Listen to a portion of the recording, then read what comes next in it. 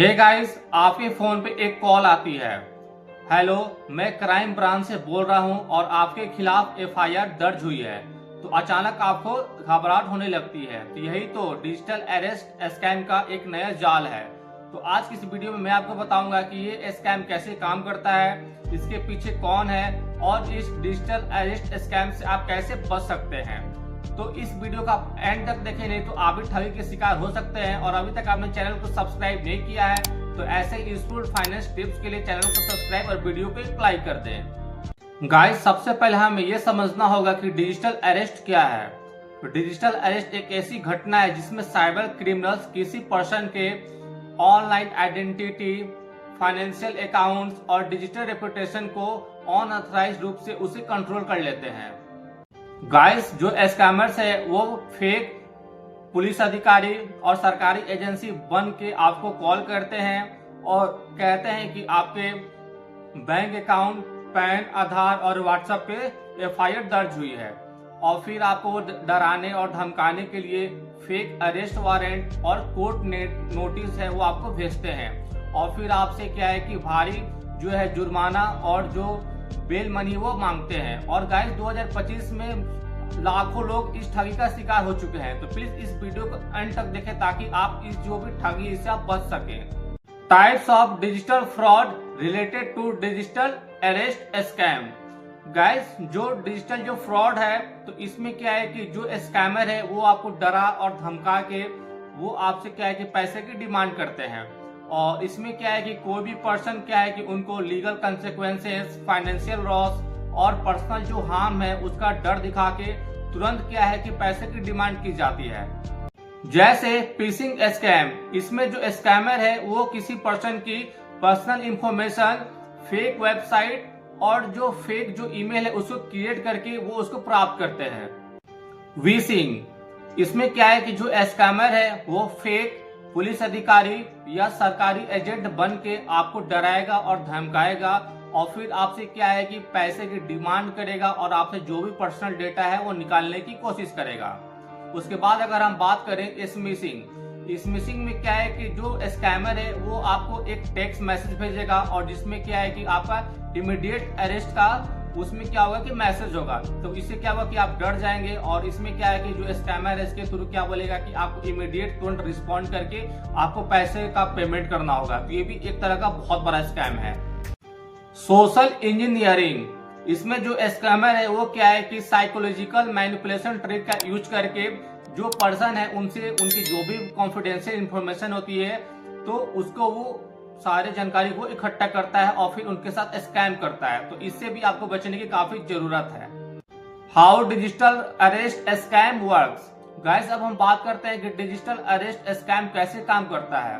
तो जो स्कैमर है वो क्या है कि बोलेगा कि मैं साइबर ब्रांच या साइबर सेल से बोल रहा हूं और आपके खिलाफ एफआईआर दर्ज हुई है। और फिर क्या है कि वो आपको डराने और धमकाने के लिए आपके व्हाट्सएप पे फेक अरेस्ट वारंट या जो लीगल नोटिस है वो सेंड करेगा। और फिर आपसे क्या है कि बेल मनी या पेनल्टी फी के रूप में पैसे की डिमांड करेगा। तो इसलिए क्या है कि आपको इससे आपको बचना है। और आपको कभी भी ये जो भी चीजें है अगर आपके साथ कभी ऐसा हो तो तुरंत आपको क्या है कि साइबर क्राइम की जो हेल्पलाइन नंबर 1930 और या साइबर क्राइम की जो ऑफिशियल जो वेबसाइट है www.cybercrime.gov.in पे वहां पर जाके आप अपनी कंप्लेंट रेज कर सकते हैं। How to protect yourself from digital arrest. Guys, अगर आप डिजिटल अरेस्ट से अगर आप बचना चाहते हैं तो आपको कुछ टिप्स को फॉलो करना होगा। तो आगे मैं आपको कुछ स्मार्ट टिप्स बताऊंगा जिसके थ्रू क्या है कि आप डिजिटल अरेस्ट स्कैम से बच सकते हैं। जैसे follow 3 step action, stop, think and take action. कभी भी अगर आपके पास ऐसी कोई भी अगर फेक अगर कॉल आए तो सबसे पहले आप रुके, सोचे और फिर कोई आप एक्शन लें। Avoid clicking on links. Guys, कभी भी किसी भी ऑनलाइन सोर्सेज से अगर आपको कोई भी ईमेल या मैसेज पर अगर कोई भी अगर लिंक आता है तो आप उस सस्पिशियस लिंक पे कभी भी आप भूल के भी आप क्लिक ना करें। पहले उसका प्रॉपर वेरिफिकेशन कर ले, उसके बाद ही आप कोई एक्शन लें। Do not share personal information.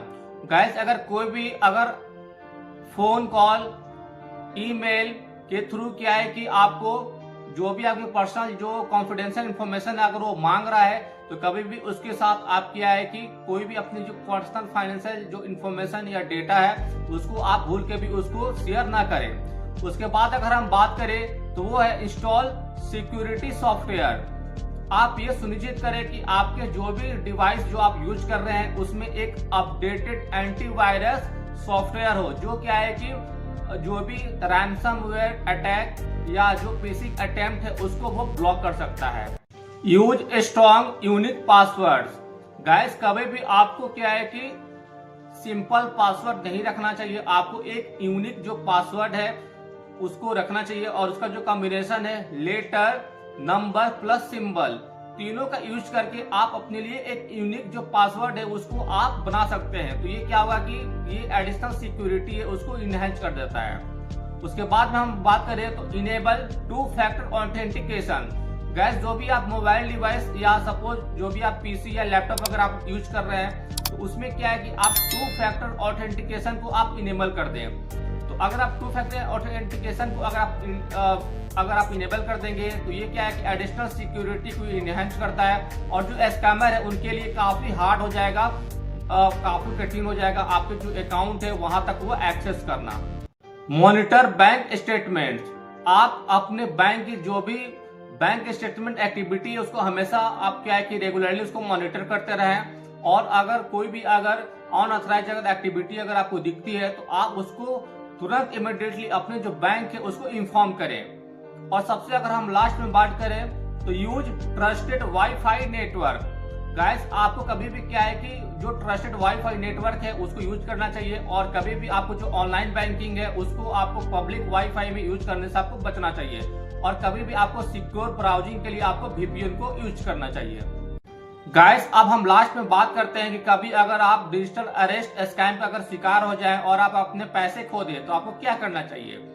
तो कभी भी अगर सपोज अगर आप कभी डिजिटल अरेस्ट स्कैम का अगर आप शिकार हो जाए और आप अपने पैसे अगर खो दें तो इमीडिएटली तुरंत आपको अपने बैंक को रिपोर्ट करना चाहिए और अपने अकाउंट है उसको फ्रीज करा देना चाहिए।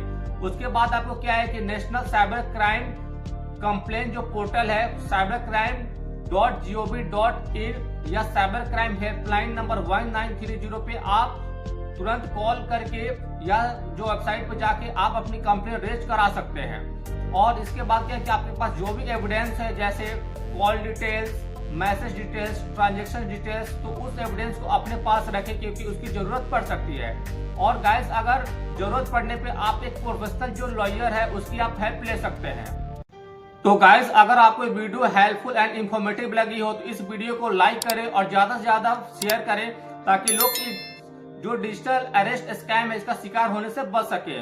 और कमेंट में बताओ कि क्या आपको भी कभी ऐसा कॉल आया है। और ऐसे यूजफुल साइबर सेफ्टी टिप्स और फाइनेंशियल टिप्स के लिए चैनल को सब्सक्राइब और बेल आइकन को दबाना ना भूलना। मिलते हैं गाइस नेक्स्ट वीडियो में, तब तक के लिए take care, thanks for watching.